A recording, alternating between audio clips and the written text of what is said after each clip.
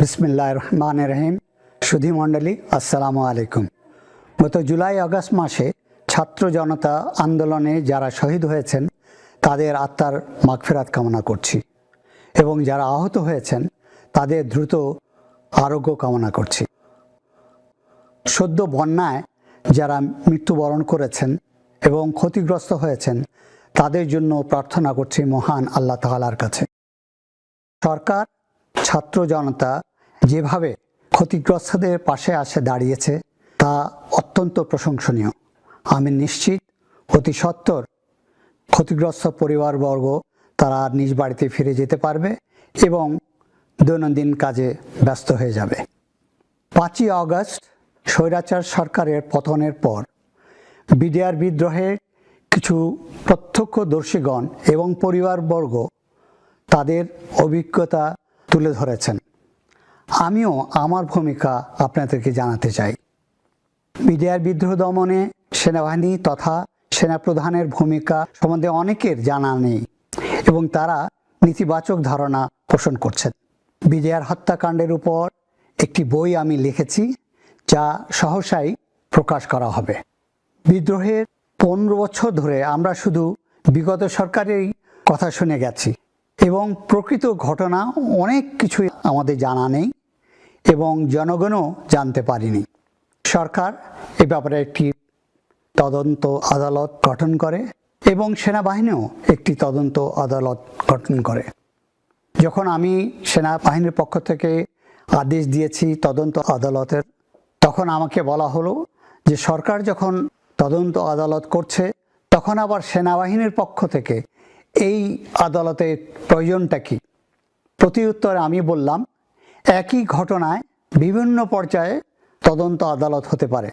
যদি একটা ব্যাটালিয়নে কোনো ঘটনা ঘটে, ব্যাটালিয়ন কমান্ডার তদন্ত আদালত করবেন, ব্রিগেড কমান্ডার করবেন, প্রয়োজন হলে ডিপ কমান্ডারও করতে পারেন। তদ্রূপ আমিও আমার 57 জন অফিসার হারিয়েছি।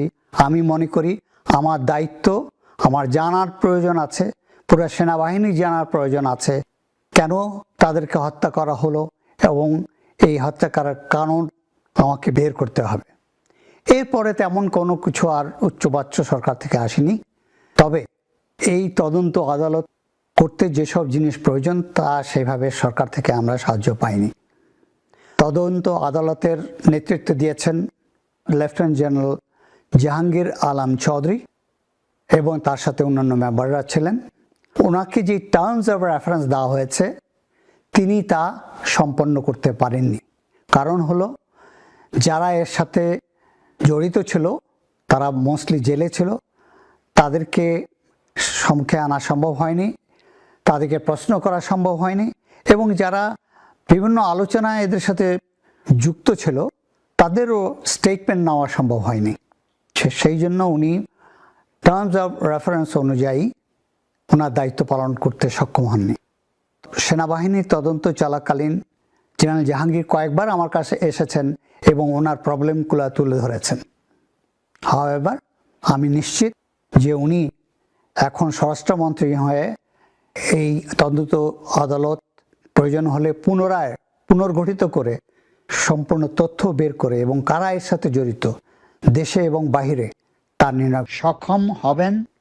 আপনাদেরকে জানাতে চাই যে এই নতুন সরকার যখন গঠন হয় তখনই আমি জেনারেল জাহাঙ্গীরকে টেলিফোন করি এবং ওনাকে রিকোয়েস্ট করি যাতে উনি এই তদন্ত আদালতের ব্যাপারে ব্যবস্থা নেন এবং জনগণ জানুক কারা এর সাথে জড়িত এবং কেন নিরপরাধ 57 জন অফিসারকে খুন করা হলো। কি ঘটেছিল সেদিন পিলখানায়, কারা এর সাথে জড়িত ছিল, কেন 57 জন অফিসার সহ মোট 74 জন অফিসারকে হত্যা করা হলো, সেনাবাহিনীর ভূমিকা কি ছিল তা আমি সংক্ষেপে বর্ণনা করছি। 25শে ফেব্রুয়ারি সকাল 7:30টায় সেনা সদরে প্রতিদিনের মতো তার কাজ শুরু করে। কর্মসূচিতে সেদিন একটি গুরুত্বপূর্ণ মিটিং ছিল, সেটা হলো জিএসপিসি মিটিং। এই মিটিংয়ের মাধ্যমে সেনাবাহিনী সিদ্ধান্ত নেয় নেক্সট ইয়ারে কী কী জিনিস প্রকিউর করবে। এই সভার সভাপতি সেনাপ্রধান এবং মেম্বার্সরা হলেন সেনাবাহিনীর পিএসওসগণ, নির্ধারিত ডাইরেক্টর এবং রেলেভেন্ট সিনিয়র অফিসার্স। সেদিন সকাল থেকেই আমি এই জিএসপিসি মিটিং অ্যাটেন্ড করার প্রস্তুতি নিচ্ছিলাম। আনুমানিক সকাল 9:15টায় সিজিএস লেফটেন্যান্ট জেনারেল সিনা ইবনে জামালি আমার অফিসে আসেন এবং বলেন যে স্যার, আমাদের কাছে কিছু 81 মিলিমিটার মর্টার আছে যেটা সেনাবাহিনী ব্যবহার করে না। এটার গুদামজাত করা এবং রক্ষণাবেক্ষণ আমাদের জন্য টাফ হয়ে যাচ্ছে। তবে বিডিআর 81 মিলিমিটার মর্টারগুলো ব্যবহার করে। আপনি যদি ডিজি বিডিআরের সাথে কথা বলেন তাহলে তারা যদি হেড ট্রান্সফার করে নিয়ে যায় আমাদের অনেক উপকার হবে। আমি প্রস্তাবের গুরুত্ব অনুধাবন করে এডিসি ক্যাপ্টেন জুনায়েদকে বলি ডিজি বিডিআরকে টেলিফোনে সংযোগ দেওয়ার জন্য, এবং সে সংযোগ দিল। শুভেচ্ছা বিনিময়ের পরে ডিজি বিডিআর জেনারেল শাকিলের সাথে আমার কথা শুরু হয় এবং আমি ওনাকে 81 মিলিমিটার মর্টার গ্রহণের জন্য প্রস্তাব দিই। তিনি সানন্দে গ্রহণ করলেন। পরে গতকালের বার্ষিক প্যারেডের প্রশংসা করে কনভারসেশন সমাপ্তি করি। কনভারসেশনে মনে হয়েছে he is an high moral. এখন পর্যন্ত বিদ্রোহীদের পরিকল্পনা সম্বন্ধে তিনি কিছুই জানতেন না বলে আমার বিশ্বাস। যদি জানতেন তাহলে নিশ্চয়ই তিনি আমাকে অবহিত করতেন। 9:02 বাকি আমি এবং সিজিএস জিএসপিসি মিটিংয়ের জন্য কনফারেন্স রুমের উদ্দেশ্যে যাত্রা করি। হয়তো জেনারেল শাকিল তার অফিস থেকে সেন্ট্রাল দরবারে অ্যাটেন্ড করার জন্য একই সময়ে অফিস ত্যাগ করেন। সকাল 9টায় জিএসপিসি মিটিং শুরু হয় এবং আমরা ব্যস্ত হয়ে যাই আমাদের পারচেজের ব্যাপারে। 9:30টার দিকে আমার প্রিন্সিপাল সেক্রেটারি কর্নেল ফিরোজ সভাকক্ষে প্রবেশ করেন এবং আমার কানে কানে এসে বলেন, স্যার, পিলখানায় গণ্ডগোল হচ্ছে, আপনার দিক নির্দেশনা প্রয়োজন। মনে মনে ভাবলাম একটু আগেই তো ডিজি বিডিআরের সাথে কথা হলো, হঠাৎ কি হলো? সে যাই হোক, সভা স্থগিত করে সিজিএস এবং ডাইরেক্টর মিলিটারি অপারেশনকে সঙ্গে নিয়ে আমার অফিসে এলাম। ঘটনা সম্বন্ধে বিস্তারিত জানার জন্য আমি জেনারেল শাকিল এবং প্রাক্তন প্রধানমন্ত্রীকে টেলিফোনে সঙ্গে দেওয়ার জন্য এডিসি ক্যাপ্টেন জুনায়েদকে নির্দেশ দেই। তাদের ফোন কন্টিনিউয়াসলি ব্যস্ত ছিল এবং তাৎক্ষণিক সংযোগ দেওয়া সম্ভব হয়নি। এরই মধ্যে সামরিক গোয়েন্দার মাধ্যমে পিলখানার সম্বন্ধে তথ্য আসা শুরু করলো এবং আমাকে জানানো হলো যে কি ঘটছে পিলখানায়। পরিস্থিতির ভয়াবহতা উপলব্ধি করে সময় বাঁচাতে কারো নির্দেশ ছাড়া আমি 46 ইন্ডিপেন্ডেন্ট ইনফ্যান্ট্রি ব্রিগেডকে অপারেশনের জন্য প্রস্তুত হতে নির্দেশ দেই এবং তারা তাৎক্ষণিক ব্যাটল প্রসিজার শুরু করে, যার নামকরণ করা হয় অপারেশন রেস্টোর অর্ডার। গৃহীত পদক্ষেপ সম্বন্ধে পিএসওএফডি জেনারেল মবিনকে অবহিত করি। 9:47 ডিজি বিডিআরকে ফোনে পাওয়া গেল। আমি ওনাকে জিজ্ঞেস করলাম কি হয়েছে। তিনি এক ভয়াবহ পরিস্থিতির সংক্ষিপ্ত বিবরণ আমাকে বলেন। তিনি বলেন, দরবার চলাকালীন 2 জন সশস্ত্র সৈনিক দরবার হলে প্রবেশ করে। একজন আমার পিছনে এসে দাঁড়ায় এবং ফেইন্ট হয়ে যায়। অপরজন দরবার হল ক্রস করে বাইরে চলে যায়। তার পরপরই বাইরের থেকে গুলির শব্দ আসে এবং গুলির শব্দ শোনার সাথে সাথে দরবার হলে উপস্থিত সৈনিকবৃন্দ গণ্ডগোল শুরু করে দেয় এবং তারা দাঁড়িয়ে যায় আর দরবার হল থেকে বের হয়ে যায়। মনে হলো these are all plan and being executed according to the plan. তিনি আরও বলেন, আমি সেক্টর কমান্ডার এবং ব্যাটালিয়ন কমান্ডার্সদেরকে পাঠিয়েছি তাদেরকে ফিরিয়ে আনার জন্য, যাতে করে পুনরায় দরবার শুরু করা যায়। তিনি আশা করেন যে সহসাই দরবার শুরু করতে পারবেন। আমি তাকে জানাই যে পরিস্থিতি মোকাবেলা করার জন্য 46 ইন্ডিপেন্ডেন্ট ইনফ্যান্ট্রি ব্রিগেডকে প্রস্তুত হওয়ার জন্য আদেশ দিয়েছি এবং সহসাই তারা পিলখানার উদ্দেশ্যে যাত্রা করবে। অনেকে মনে করেন যে ডিজিবিডিআর সাহায্যের জন্য আমাকে টেলিফোন করেছেন। এটা সত্য নয়। আমি ডিজিবিডিআরকে ফোন করি এবং আমরা কি ব্যবস্থা নিচ্ছি তা ওনাকে জানিয়ে দেই। তিনি আমাকে ফোন করেননি। 9:54 আমি সাবেক প্রধানমন্ত্রীকে মোবাইল টেলিফোনে পেলাম। এর মধ্যে বিডিআর বিদ্রোহ সম্বন্ধে তিনি অনেক তথ্য পেয়ে গিয়েছিলেন। আমি 46 ব্রিগেডকে যে অপারেশনের জন্য প্রস্তুত হতে বলেছি তা ওনাকে জানাই এবং তিনি জানতে ছিলেন কতক্ষণ সময় লাগবে এই ব্রিগেডকে তৈরি করতে। আমি বললাম যে সাধারণত 6 ঘন্টা লাগে, বাট তাড়াতাড়ি করে আমরা 2 ঘন্টায় করতে পারি। আমি অলরেডি কমান্ডার 46 ব্রিগেডকে বলেছি যত তাড়াতাড়ি পারে তারা যেন প্রস্তুত হয়।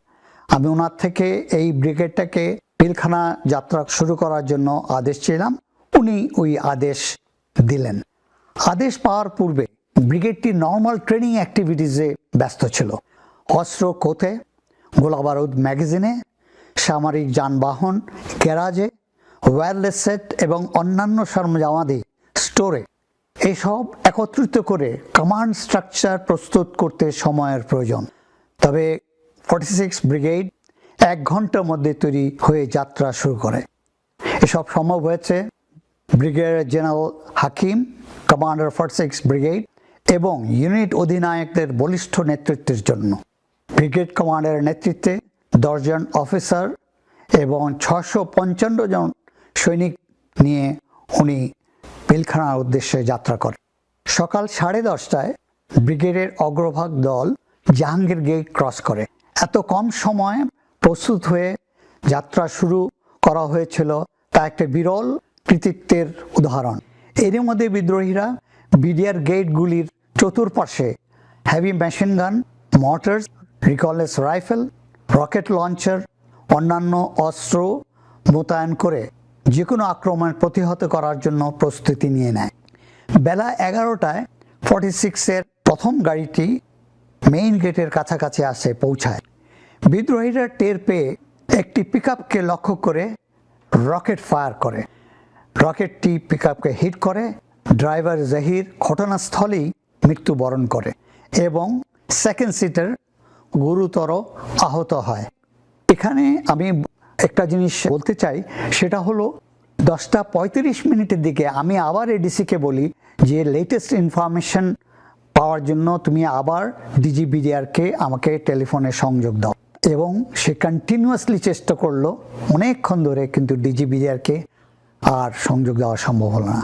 হয়তো by this time he has been killed. এখানে উল্লেখ্য, আনুমানিক 10:30টায় ডিজিবিডিআরকে গুলি করা হয় এবং তিনি নিহত হন। এর পরপরই কিলার গ্রুপ এর গুলিতে DDG, colonel Anis, colonel Kaiser সহ বেশ কয়েকজন অফিসারকে হত্যা করা হয়। লেফটেন্যান্ট কর্নেল শামসের ধারণা অনুযায়ী 10:30 থেকে 11টার মধ্যে বেশিরভাগ অফিসারকেই হত্যা করা হয়েছে। আর আমাদের ব্রিগেডটি পৌঁছে 11টার পরে পিলখানার কাছে। তার মানে আমরা পৌঁছবার আগেই বেশিরভাগ হত্যাকাণ্ড তারা করে ফেলেছে। সাধারণত আক্রমণের পূর্বে সেনাবাহিনী শত্রুর দুর্বল স্থানগুলি বের করে নেয় এবং সেই স্থান দিয়ে আক্রমণের পরিচালনা করে। রকেট লঞ্চার দিয়ে আক্রমণ করার পরে ব্রিগেডটি ডিপ্লয় হয়ে যায় এবং তারা রিকনেসেন্স শুরু করে এবং তাদের উইক পয়েন্টগুলা বের করার চেষ্টা করছিল। এখানে উল্লেখ্য যে ক্যাপ্টেন শফিকের নেতৃত্বে 350 জন র্যাবের সদস্য নিয়ে তিনি পিলখানা এলাকায় পৌঁছে যান। তিনি পৌঁছে যান উত্তর এলাকায় 10টার আগেই।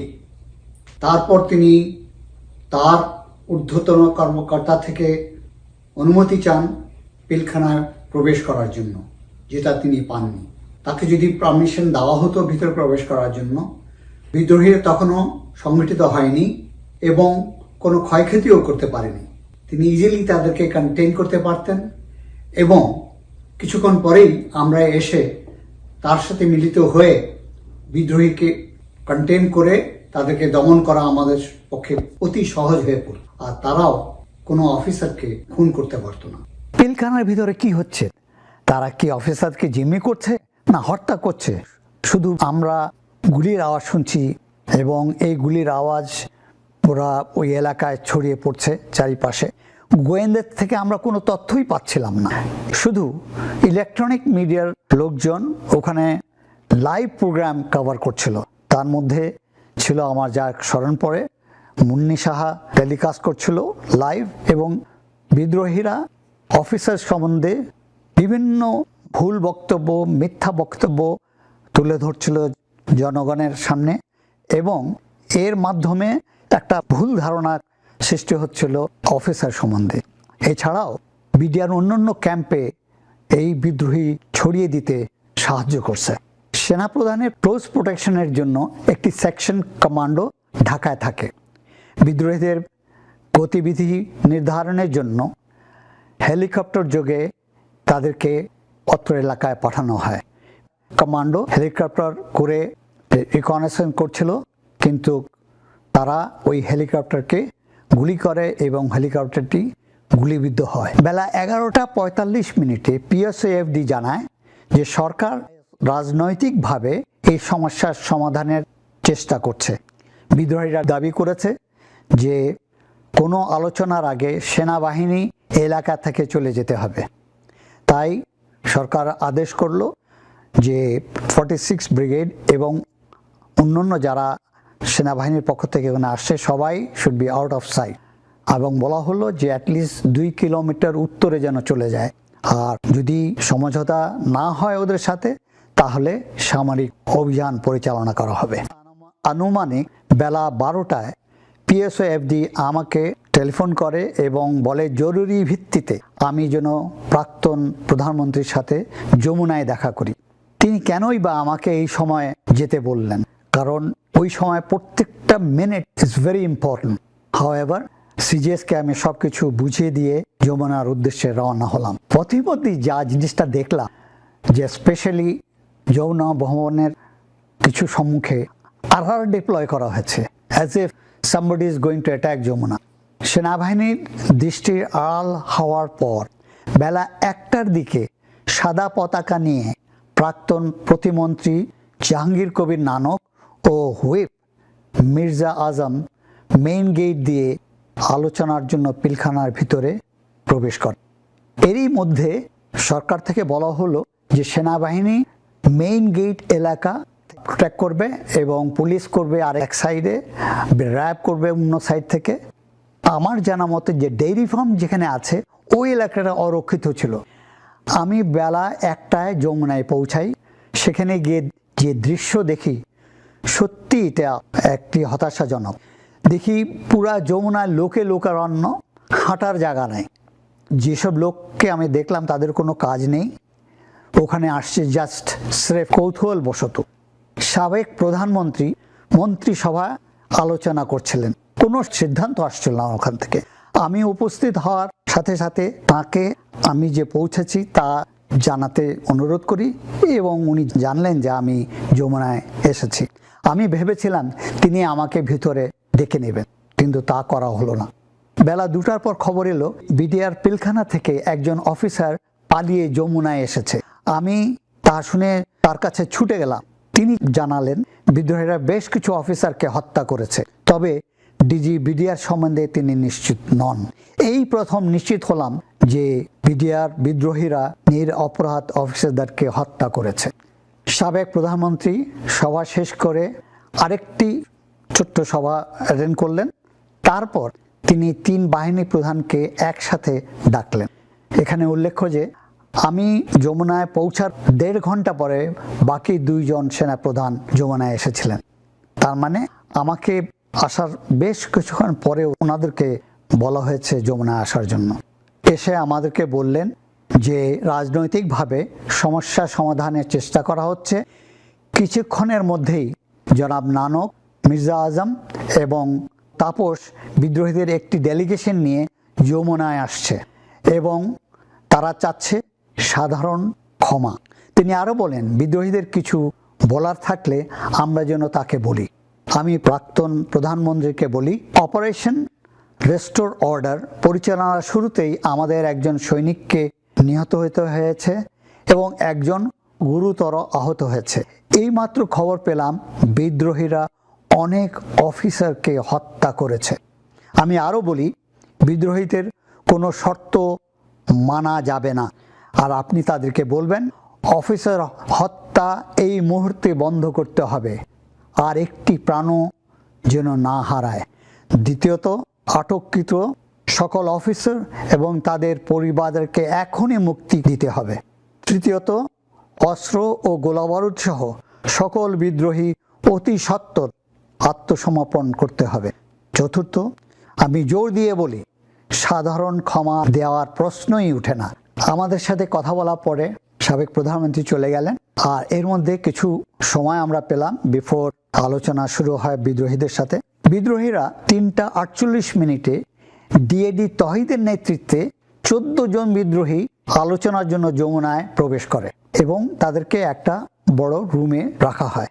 আমি আমার এডিসিকে বললাম যে দেখো তো এদের মধ্যে নেতাকে, তাকে ডেকে নিয়ে আসো।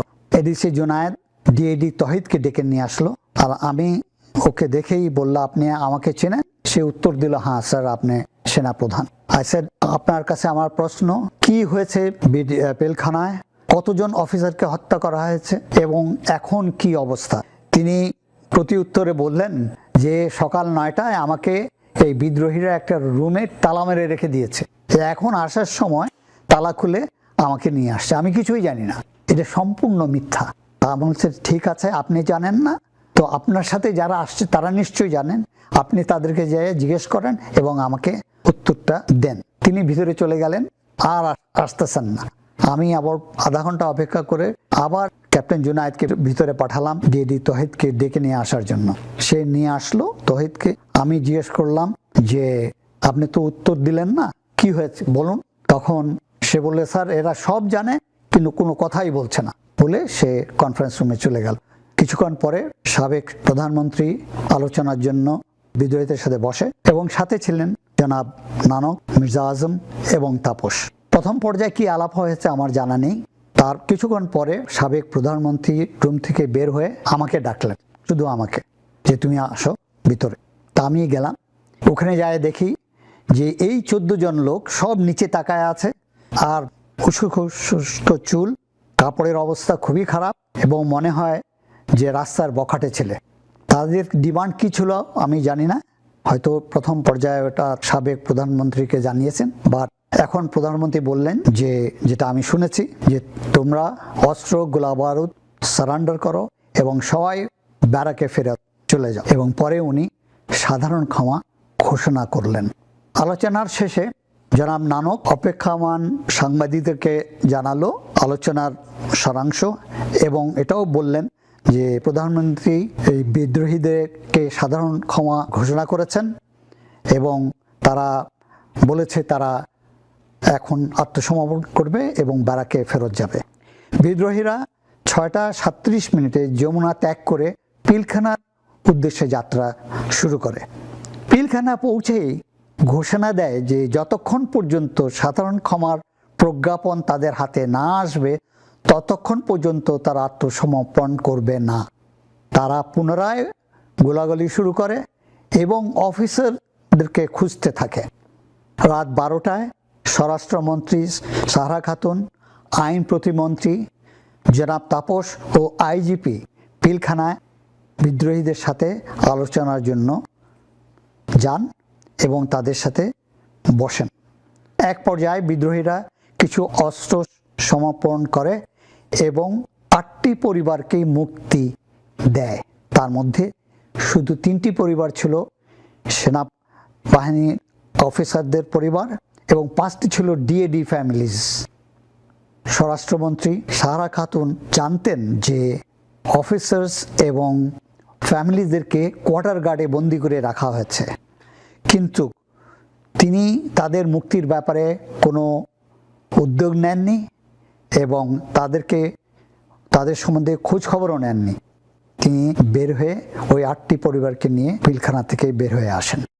এখানে উল্লেখ করতে চাই যে সকালে থেকেই যখন কিছু পরিবারদেরকে নিয়ে কোয়ার্টার গার্ডে রেখেছিল। কোয়ার্টার গার্ডের রুমগুলো খুবই ছোট, পরিবার, বাচ্চা, তারপর কারো কারো পিতামাতা এবং সার্ভেন্টস, মেড সার্ভেন্টস একটা রুমে গাদাগাদি করে রেখেছিল। খাদ্য নাই, পানি নাই, কি যে কষ্ট এটা আমরা নিশ্চয়ই উপলব্ধি করতে পারি। এবং কতক্ষণ পরপর এই থ্রেট দিচ্ছিল, যদি সেনাবাহিনী ভিতরে আসে বা আক্রমণ করে তাহলে প্রত্যেককেই হত্যা করা হবে। এই থ্রেটটা ছাড়া প্রথম থেকেই দিয়ে আসতেছিল। এবং এই খবরটা আমার ওয়াইফকেও কিছু অফিসার লেডিস যারা বাইরে ছিল তারা ফোন করে জানিয়েছে। 26শে ফেব্রুয়ারি সকাল থেকেই বিদ্রোহীরা পুনরায় গোলাগুলি শুরু করে এবং বেঁচে যাওয়া অফিসারদেরকে যারা লুকিয়েছিল বিভিন্নখানে খুঁজতে থাকে।